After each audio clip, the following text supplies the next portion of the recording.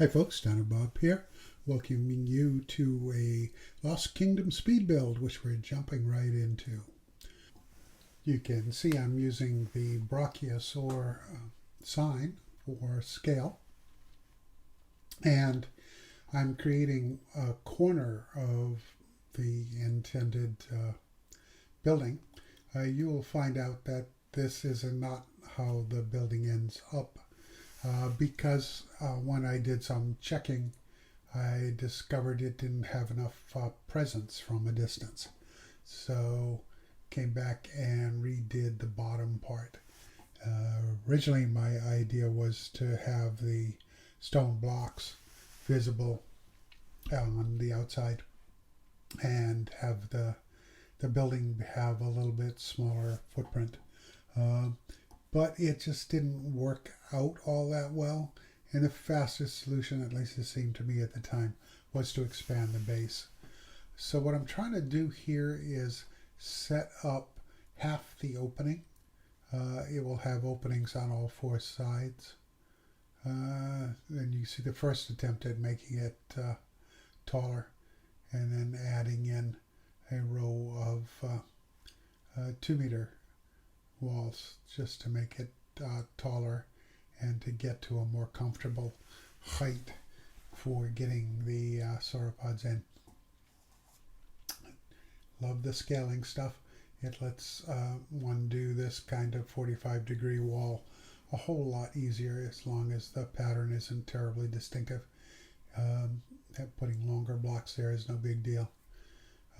The idea I'm working on right now is that there would be a level for keepers to work at much closer to the sauropod's height, and this would be the retaining wall. Since this is one of my usual make it up as I go along kind of buildings, you can see me playing with the wrong triangular wall, and not getting it to play nice with what I was trying to achieve. That ultimately got solved when I remembered the correct wall type piece. And so the larger opening there, of course, would be where the keepers could work with the more mature sauropods and still get something going with them.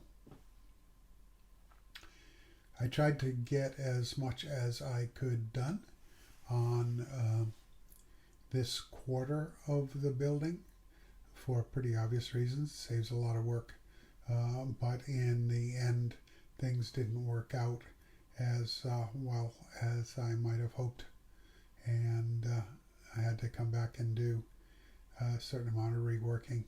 That elevation change made a difference, and having to do things like plug that hole there in the floor is kind of tricky, and I just wasn't getting the angles right on these guys during this build. This is going to be for the Morrison multi-species exhibit, and that's always a big build. And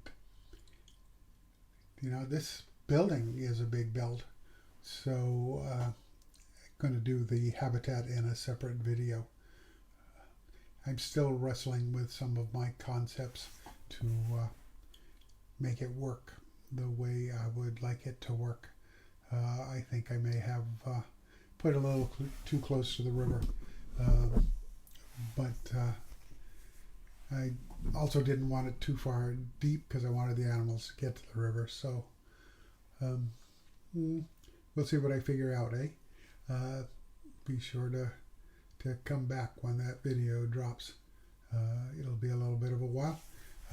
I have some real world stuff coming up, and I've been stockpiling videos so that any of you who wait on Fridays to see them won't be left out. This portion is setting up a basically a cover for where the stairs would be if it really needed stairs. So going for the verisimilitude rather than the functionality, and getting the whole thing right and working. For whatever reason, it didn't want to be where I wanted it to be. So once again, thank goodness we can move the pieces and still keep them in the group. It makes life a whole lot easier. I need to find a door, and was having trouble finding the door I really wanted to put there. For some reason, I just couldn't see it in the selection. I suppose it's possible that this park doesn't have some of that research unlocked, but this was a blanket on the name. Boy, this was a sandbox park from the beginning, and I guess it just should have all its research unlocked, but sometimes that doesn't happen. So there's the first set of duplicating the buildings quarters. You can see I was unhappy with some things sticking through the walls, and I decided it was going to be far easier to fix it in the one and then just duplicate everything. And that worked. Minimal effort. I wanted a way to finish the edges of the tops of the openings, and you can see me putting in a heavy duty girder here, and I will be putting the roof trim edges on there as well. This was something I ultimately decided wasn't the best arrangement, so I tweaked it a little bit later. I don't have a lot of video coming up for the portion where I increased the size of this building, the height I should say, of the building, but I will have another section, sort of a tour around the finished construct. I like building. I'm not always that focused on getting the video, so my apologies for that. But it's the building is what I want to do. The video is just a way to share it, so the building is my priority. So I thought there had to be a way to keep the sauropods in the house if necessary.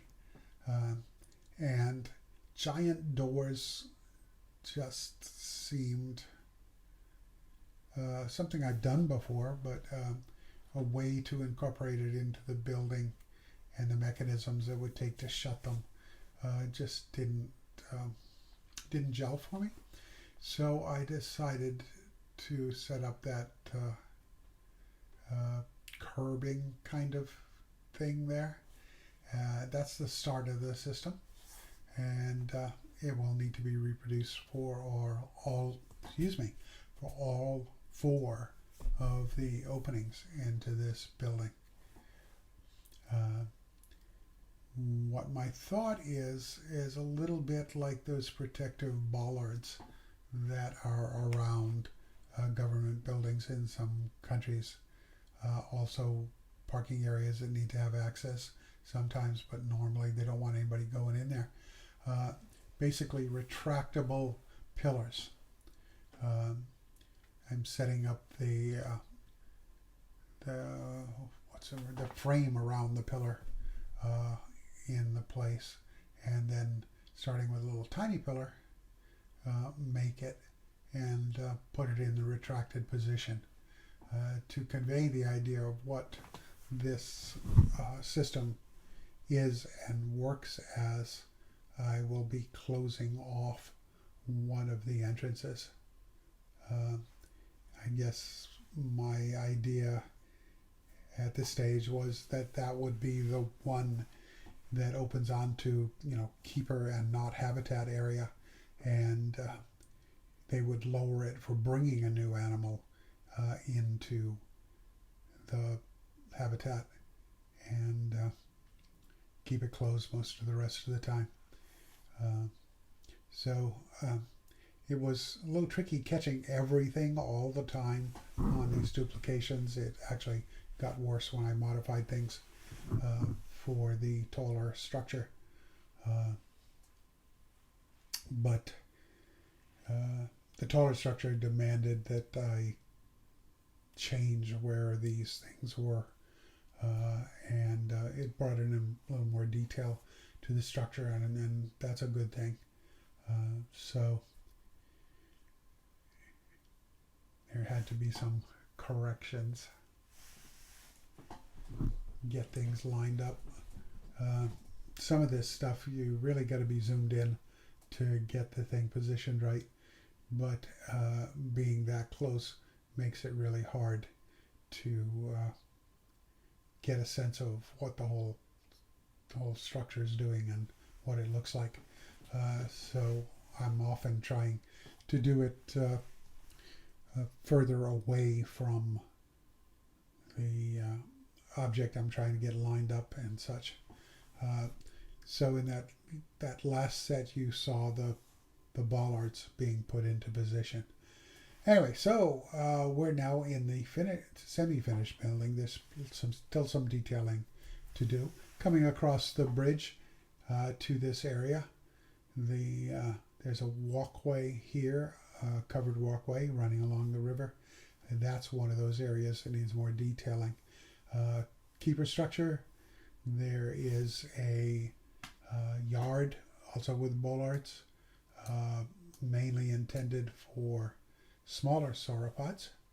I did get some venting in. You can see the new detailing of the pillars around each of these corner units and the walkway around the outside of them to let the keepers move across if they need to. Haven't figured out what the best way to close that off. Obviously things like brachiosaurs are not getting through there. But this will have dryosaurs in there and they would fit. So not quite sure what to keep them out and still give the keepers a chance to take cover in there if they have to. So there it is, keeping in the theme of this zoo with a lost kingdom. And pretty much it.